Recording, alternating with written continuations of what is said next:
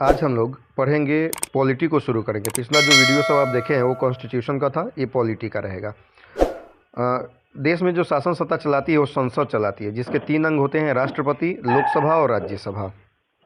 आज हम लोग जो पढ़ेंगे वह राष्ट्रपति के बारे में स्टडी करेंगे। सामान्य तौर पे अगर आप आर्टिकल पढ़े होंगे तो आपको खूब अच्छे से पता होगा किसके बारे में, राष्ट्रपति के से रिलेटेड आर्टिकल्स के बारे में। लेकिन थोड़ा सा मैं चर्चा कर देता हूँ कुछ की, जिसकी आवश्यकता है उसकी मैं चर्चा करूंगा। भारतीय संविधान में आर्टिकल जो 52 है वह बताता है राष्ट्रपति के पद के बारे में। भारतीय संविधान के अनुसार भारत का एक राष्ट्रपति होगा, और इस बात की सूचना हमको देता कौन है? तो आर्टिकल 52 जो है इस बात की सूचना देता है। आर्टिकल 53 जो है वह कहता है कि राष्ट्रपति जो होंगे वो कार्यपालिका प्रमुख होंगे, यानी कि भारत में जो भी काम होगा वो सभी राष्ट्रपति के नाम पर होगा। ठीक है, लेकिन इस बात का ध्यान रखिएगा, यह जरूरी नहीं है कि राष्ट्रपति के नाम पर होगा तो राष्ट्रपति ही करेंगे, कर कोई भी सकता है, लेकिन कार्यपालिका प्रमुख जो नाम चलेगा वह राष्ट्रपति का चलेगा। जैसे मान लीजिए हमारे घर में या आपके घर में आपके दादाजी हैं, सबसे बुजुर्ग व्यक्ति, तो आप देखते होंगे शादी विवाह का कोई कागज आता होगा, कोई कार्ड आता होगा तो आपके दादाजी के नाम पर आता होगा। लेकिन यह जरूरी तो नहीं कि दादाजी ही उस विवाह को अटेंड करने जाएंगे, घर का कोई भी सदस्य जा सकता है। उसी प्रकार से भारतीय संविधान में जो कार्यपालिका प्रमुख होते हैं वह राष्ट्रपति होते हैं, लेकिन उनके कार्य को कोई भी कर सकता है जो उसका सदस्य होगा। आर्टिकल 54 के तहत राष्ट्रपति के निर्वाचन की बात आती है। आर्टिकल 54 जो है यह राष्ट्रपति के निर्वाचन से संबंधित है। अब समझिए थोड़ा सा, सामान्य तौर पे राष्ट्रपति का अगर पद है तो उसकी कुछ ना कुछ योग्यता तय की गई होगी। कोई भी व्यक्ति राष्ट्रपति बन सकता है, उसके लिए क्या क्या कंडीशन होगा इसको जरा समझिए। सबसे पहला कि वह भारत का नागरिक हो, सबसे पहला कंडीशन। दूसरा, 35 वर्ष की आयु को पूरा कर चुका हो। तीसरा, लोकसभा या राज्यसभा का सदस्य बनने की योग्यता रखता हो। और चौथा, 50 सदस्यों द्वारा अनुमोदित और 50 सदस्यों द्वारा समर्थित हो। ठीक है, यानी कि कम से कम 100 सदस्य उसके साथ पहले से तैयार होंगे, तभी जाकर के राष्ट्रपति का नॉमिनेशन हो सकता है, यानी कि राष्ट्रपति के पद के लिए उम्मीदवार हो सकते हैं। ठीक है, अब आर्टिकल 54 जो है यह बताता है किसके बारे में? तो उनके निर्वाचन के बारे में। अब राष्ट्रपति का निर्वाचन होता कैसे है? तो राष्ट्रपति का निर्वाचन अप्रत्यक्ष मतदान प्रणाली द्वारा होता है, यानी कि इसमें जनता सीधे सीधे भाग नहीं लेती है, जनता के चुने गए प्रतिनिधि भाग लेते हैं। राष्ट्रपति का निर्वाचन कैसे होता है? तो अप्रत्यक्ष मतदान प्रणाली के आधार पर एकल संक्रमणीय मत प्रणाली द्वारा राष्ट्रपति का निर्वाचन होता है, जिसमें लोकसभा के सभी निर्वाचित सदस्य, राज्यसभा के सभी निर्वाचित सदस्य और सभी राज्यों की विधानसभाओं के सभी निर्वाचित सदस्य भाग लेते हैं। ठीक है, अब लोकसभा का निर्वाचित सदस्य का मतलब क्या हुआ? तो लोकसभा में जो वर्तमान टाइम में सीटों की संख्या है वह कितनी है? वह है 545। लेकिन 2 व्यक्ति आंग्ल इंडियन होते हैं जिसकी नियुक्ति राष्ट्रपति द्वारा होती है, और 543 सदस्य विभिन्न राज्यों से चुन करके आते हैं। तो राष्ट्रपति के चुनाव में ये 543 सदस्य ही भाग लेंगे, इसके अलावा और कोई भाग नहीं लेगा। बात समझ में आया? इसी को बोलते हैं राष्ट्रपति का निर्वाचन। बात समझ में आई? तो राष्ट्रपति के निर्वाचन में कौन भाग लेगा? तो राष्ट्रपति के निर्वाचन में भाग लेंगे लोकसभा के सभी निर्वाचित सदस्य, राज्यसभा के सभी निर्वाचित सदस्य और सभी राज्यों की विधानसभाओं के सभी निर्वाचित सदस्य। ये जो है राष्ट्रपति के चुनाव में पार्टिसिपेट करेंगे। अब राष्ट्रपति का चुनाव जब हो गया तो सिंपल सा बात है कि राष्ट्रपति को उनके पद से हटाना भी होगा अगर कभी, तो कैसे हटाएंगे? तो राष्ट्रपति को अगर पद से हटाना है, राष्ट्रपति को पद से हटाने के लिए 61 के तहत, आर्टिकल 61 के तहत उन पर महाभियोग चलेगा।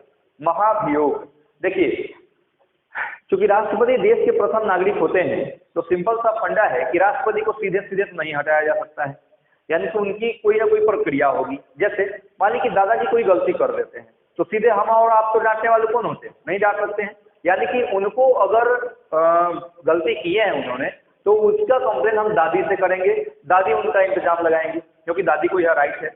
उसी प्रकार से आर्टिकल 61 के तहत अगर राष्ट्रपति कोई गलती करते हैं, गलती मतलब क्या? जैसे संविधान के नियमों का उल्लंघन करते हैं, ठीक है, या किसी कारणवश मानसिक रूप से विक्षिप्त हो गए हैं या शारीरिक रूप से जो है सो असमर्थ हो गए हैं, तो उस स्थिति में उन पर महाभियोग चलेगा। महाभियोग कौन चलाएगा?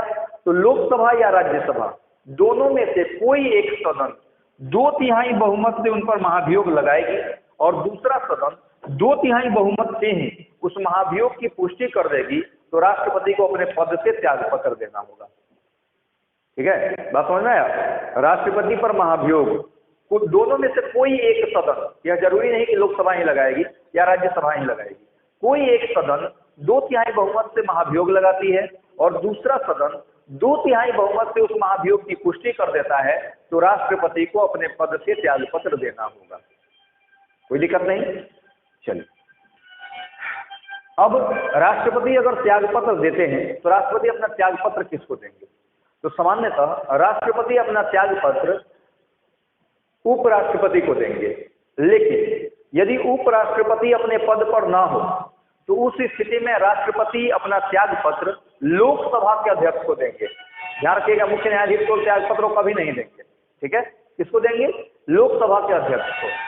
हाँ, लेकिन अगर राष्ट्रपति अपने पद से त्यागपत्र देते हैं तो नियम अपने यहाँ यह है कि चूंकि राष्ट्रपति जो होते हैं वो देश के प्रथम नागरिक होते हैं, तो उनके पद को 24 घंटा के भीतर ही भर देना होता है।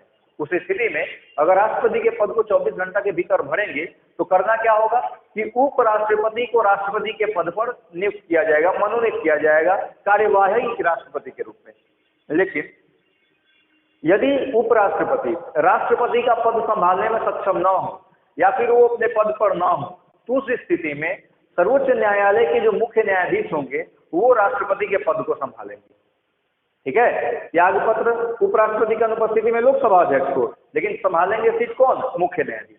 एक बार ऐसा हुआ था, 1966 की बात है, जब वीवी गिरी, चूंकि उपराष्ट्रपति ही थे और राष्ट्रपति बने थे, जब वीवी गिरी ने अपने पद से त्यागपत्र दिया था तो उस समय के जो तत्कालीन मुख्य न्यायाधीश थे मोहम्मद हिदायतुल्लाह, उन्होंने राष्ट्रपति के पद को संभाला था। ठीक है, तो ये ध्यान रखिएगा। अब राष्ट्रपति जो होते हैं उनके पास 7 प्रकार की शक्तियां होती हैं, पावर जो होते हैं उनके पास 7 प्रकार के होते हैं। कौन कौन से पावर होते हैं? तो उनके पास होते हैं कार्यपालिका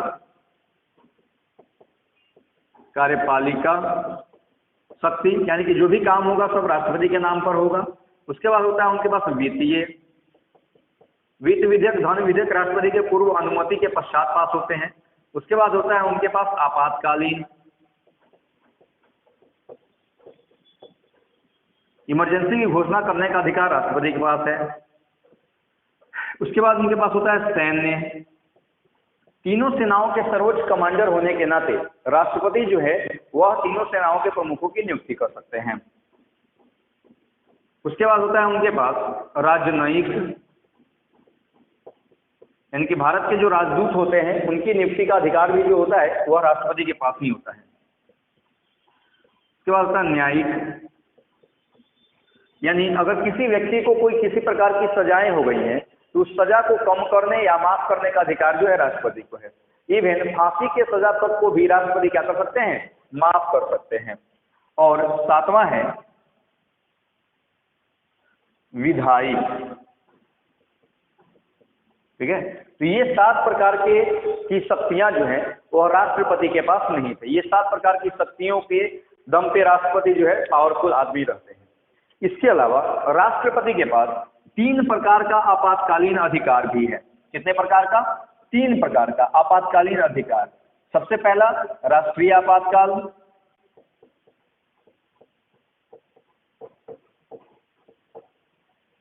दूसरा राष्ट्रपति शासन,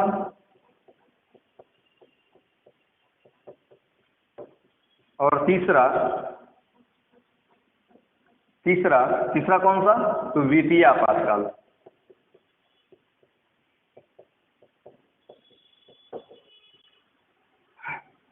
राष्ट्रपति शासन जो है यह आर्टिकल 352 में लिखा गया है, यानी कि राष्ट्रपति जो है वह आपको राष्ट्रीय आपातकाल की घोषणा आर्टिकल 352 के तहत करेंगे। लेकिन कब? अगर कोई भारत पर बाहरी आक्रमण हो जाए या आंतरिक सशस्त्र विद्रोह हो जाए तो उस स्थिति में राष्ट्रपति को यह राइट है, राष्ट्रपति को यह अधिकार है कि वह राष्ट्रीय आपातकाल की घोषणा कर सकते हैं। भारत में अब तक 3 बार ऐसा हुआ है जब राष्ट्रीय आपातकाल की घोषणा हुई है।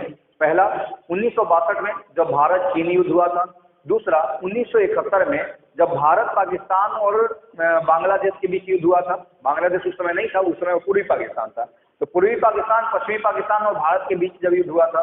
और तीसरा 1975 में जब सिख दंगा हो गया था, आंतरिक सशस्त्र विद्रोह हो गया था। तो 3 टाइम में अब तक भारत में राष्ट्रीय आपातकाल की घोषणा हुई है। दूसरा है राष्ट्रपति शासन।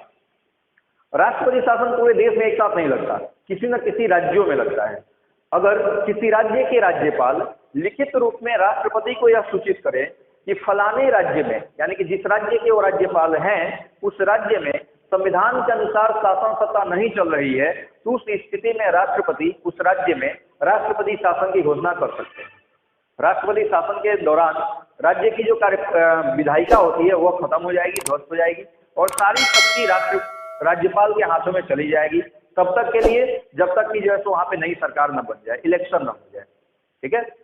राष्ट्रपति शासन जो है न्यूनतम 6 महीने और अधिकतम 3 वर्षों तक लगा रह सकता है। भारत में सबसे पहले राष्ट्रपति शासन पंजाब में लगा था, और सबसे ज्यादा बार या सबसे ज्यादा समय तक जो राष्ट्रपति शासन लगा था वह आपको जम्मू कश्मीर में लगा था। ठीक है। चलिए, तीसरा है वित्तीय आपातकाल। यह अनुच्छेद 360 के तहत लगता है। भारत में अब तक वित्तीय आपातकाल की घोषणा नहीं हुई है। इसकी घोषणा कब होगी? जब भारत की अर्थव्यवस्था काफी हद तक खराब हो जाए, यानी कि मुद्रास्फीति आ जाए या मंदी आ जाए जो सरकार के कंट्रोल से बाहर हो, तो उस स्थिति में राष्ट्रपति द्वारा वित्तीय आपातकाल की घोषणा की जा सकती है। वित्तीय आपातकाल के दौरान जो विशेषाधिकारी होते हैं, अब आप कहिए कि सर विशेषाधिकारी कौन होते हैं, तो आपने अगर संविधान को नहीं देखा है तो उसको देख लीजिए, क्योंकि उसकी बहुत जरूरत आगे पड़ने वाली है। आपको अनुसूची 2 और 3 में आपको विशेषाधिकारी के बारे में बताया गया है। तो विशेषाधिकारी जो होते हैं वह क्या कर सकते हैं? तो विशेषाधिकारी को जो दिए जाने वाले वेतन और भत्ते होते हैं उसको खत्म कर दिया जाएगा। ठीक है। भारत में अब तक वित्तीय आपातकाल की घोषणा नहीं हुई है। इसके अलावे राष्ट्रपति के पास 3 प्रकार की वीटो का अधिकार भी है। Veto, VETO। वीटो एक ऐसा अधिकार होता है जिसका उपयोग जिसको मिला होता है वह अपनी मर्जी से कर सकता है, क्योंकि सामान्य तौर पे राष्ट्रपति के लिए कंडीशन ये है आर्टिकल 352 में ही कि राष्ट्रपति मंत्रिमंडल के सलाह पर कार्य करने के लिए बाध्य होंगे। ठीक है। तो यहाँ पे कंडीशन लगाया गया है कि उनको वीटो का अधिकार दिया गया है। कितने प्रकार की वीटो है? तो 3 प्रकार की। कौन कौन? सबसे पहला है निरपेक्ष वीटो। निरपेक्ष वीटो, इसको हम लोग बोलते हैं एब्सोल्यूट वीटो। दूसरा है आपका निलंबनकारी वीटो।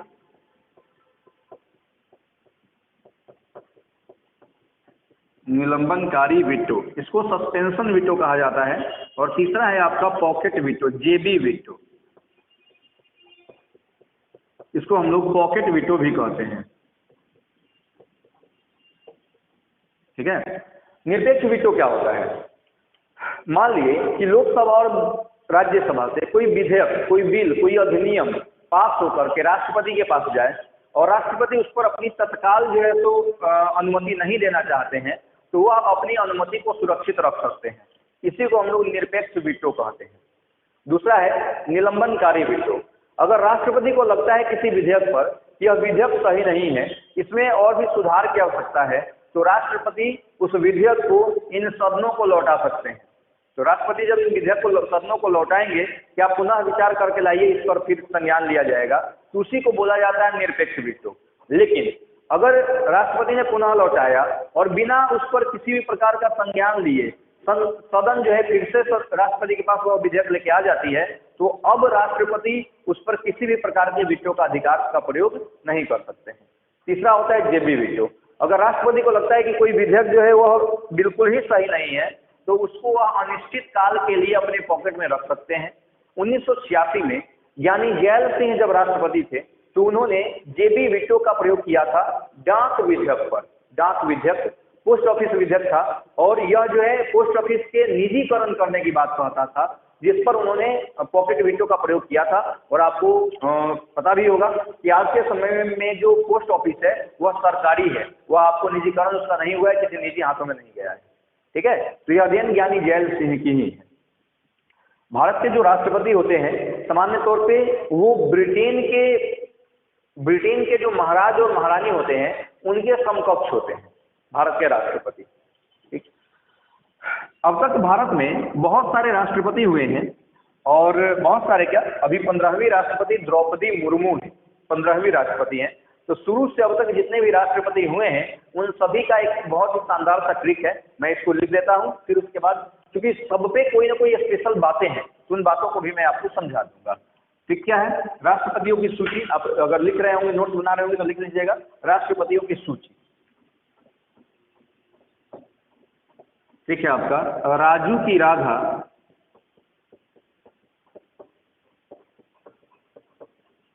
जाकर गिरी,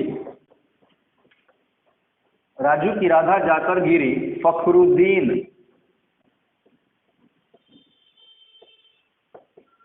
फखरुद्दीन रेड्डी की जेल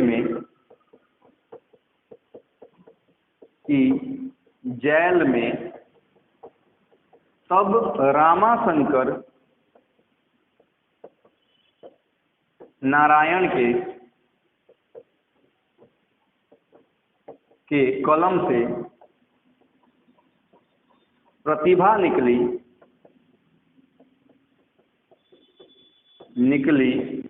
प्रणव के कोविंद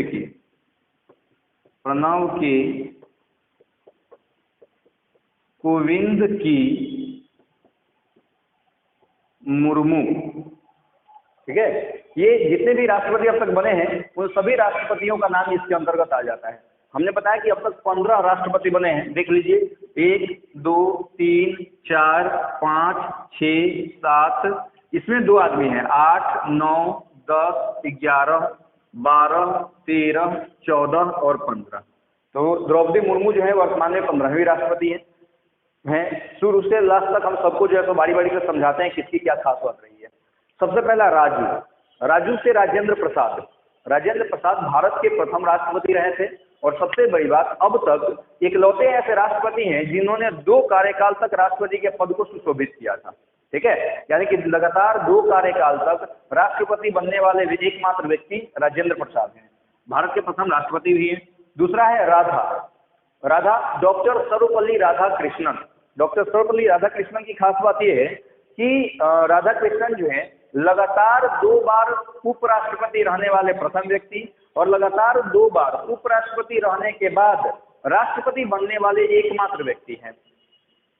अगला है जाकिर हुसैन, भारत के प्रथम मुस्लिम राष्ट्रपति रहे हैं और सबसे बड़ी बात कि अपने पद पर रहते हुए मरने वाले भी प्रथम राष्ट्रपति रहे हैं। वीवी गिरी, अपने पद से इन्होंने क्या कर दिया था, त्यागपत्र दे दिया था वीवी गिरी ने, आपको ध्यान होगा अभी पीछे मैंने आपको बताया। तो वीवी गिरी जो है तो इसलिए भी जाने जाते हैं अपने पद से त्यागपत्र देने के लिए। फखरुद्दीन, पूरा नाम फखरुद्दीन अली अहमद, ये भी अपने पद पर रहते हुए डेथ कर गए थे। लेकिन सबसे बड़ी बात उनके बारे में यह है कि भारत के सभी राष्ट्रपतियों में सबसे ज्यादा अध्यादेश जारी करने वाले राष्ट्रपति हैं ये। अध्यादेश क्या होता है, भारतीय संविधान का 123 जो है यह बताता है राष्ट्रपति के अध्यादेश के बारे में। देखिए, मान लीजिए कि हमारा कानून जो है वह संसद बनाती है। संसद कब बनाएगी, जब अधिवेशन चल रहा हो। मान लेते हैं कि साल में जो है कम से कम 2 और अधिकतम 3 अधिवेशन चल सकते हैं। आपने सुना होगा ग्रीष्म सत्र, मानसून सत्र और शीतकालीन सत्र। ठीक है, तो ये अधिवेशन के ही नाम होते हैं। मान लिया कि कोई अधिवेशन अभी खत्म हुआ हो और अभी अधिवेशन के प्रारंभ होने में 4-5 महीने समय हो और उस दौरान कोई कानून बनाना अति आवश्यक हो जाए, तो उस स्थिति में भारत के राष्ट्रपति को यह अधिकार देता है आर्टिकल 123 कि वो अध्यादेश द्वारा कानून बना सकते हैं। लेकिन एक शर्त होता है। शर्त क्या होता है कि अध्यादेश द्वारा बना हुआ कानून अधिवेशन के प्रारंभ होने के 6 सप्ताह के भीतर यदि संसद द्वारा कानून घोषित कर दिया गया तब वह रहेगा, नहीं तो अपने आप खत्म हो जाएगा। 6 सप्ताह 7-42 यानी कि 42 दिन के भीतर संसद, लोकसभा और राज्यसभा द्वारा उसको कानूनी मान्यता मिलना अनिवार्य होता है। तो ध्यान रखिएगा, सबसे ज्यादा अध्यादेश जारी करने वाले जो राष्ट्रपति हैं वो फखरुद्दीन अली अहमद ही रहे हैं। अगला है रेड्डी, नीलम संजीव रेड्डी के बारे में जो कहा जाता है कि यह जो है निर्विरोध चुने और जाने वाले एकमात्र राष्ट्रपति थे। यानी कि इन्होंने जब राष्ट्रपति के पद के लिए चुनाव लड़ा था तो उस समय कोई इनके अगेंस्ट में खड़ा नहीं हुआ था। अगला है जैल, ज्ञानी जैल सिंह। ज्ञानी जैल सिंह जो है ये भारत के प्रथम सिख राष्ट्रपति हैं और इन्होंने पॉकेट विटो का प्रयोग किया था, पीछे हमने बताया है आपको। इसके बाद है रामा। रामा शंकर से दो आदमी हैं, रामा से रामा कृष्णन और शंकर से शंकर दयाल शर्मा। ये दोनों आदमी भी राष्ट्रपति रहे हैं, कुछ खास बात इनके बारे में नहीं है। नारायण, के.आर. नारायण, भारत के प्रथम दलित राष्ट्रपति जो थे वो के.आर. नारायण ही थे। अगला है कलम। कलम से कलाम, ए.पी.जे. अब्दुल कलाम, भारत के प्रथम गैर राजनैतिक राष्ट्रपति जो थे वो ए.पी.जे. अब्दुल कलाम थे। ठीक है। अगला प्रतिभा। प्रतिभा देवी सिंह पाटिल, भारत की पहली महिला राष्ट्रपति जो थी वो श्रीमती प्रतिभा देवी सिंह पाटिल ही थी। उसके बाद है आपके प्रणब। प्रणब मुखर्जी, ये भी भारत के राष्ट्रपति रहे हैं, कुछ इंपॉर्टेंट इनके बारे में नहीं है। कोविंद, रामनाथ कोविंद, ये जो है भारत के दूसरे दलित राष्ट्रपति रहे हैं। और सबसे बड़ी बात कि राष्ट्रपति बनने से पहले ये अपने बिहार के ही क्या थे, बिहार के राज्यपाल थे। उसके बाद है मुर्मू। पूरा नाम है इनका द्रौपदी मुर्मू, उड़ीसा से बिलोंग करती हैं और द्रौपदी मुर्मू जो है भारत की दूसरी महिला राष्ट्रपति लेकिन प्रथम आदिवासी महिला राष्ट्रपति हैं। ठीक है। और नंबर इनका आता है 15वां, यानी कि भारत की जो है द्रौपदी मुर्मू 15वीं राष्ट्रपति हैं। ये क्रम से मैंने आपको लिखा दिया है। ठीक है। मुझे लगता है कि आप जो है तो राष्ट्रपति बेहतर समझ गए होंगे। अगर आपको इसमें कोई दिक्कत डाउट लगता है तो आप निश्चित रूप से कमेंट किया करें। आप अगर कोई टॉपिक चाहते हैं जिस पर आपका वीडियो बने, जिस पर लेक्चर हो, तो आप वो भी डिमांड कर सकते हैं। निश्चित रूप से उसको संज्ञान में लिया जाएगा और उस पर भी वीडियो बनाया जाएगा। ठीक है। चलिए, आप ऐसे ही पढ़ते रहिए, स्वस्थ रहिए, मस्त रहिए और अपने पढ़ाई में व्यस्त रहिए। जय हिंद।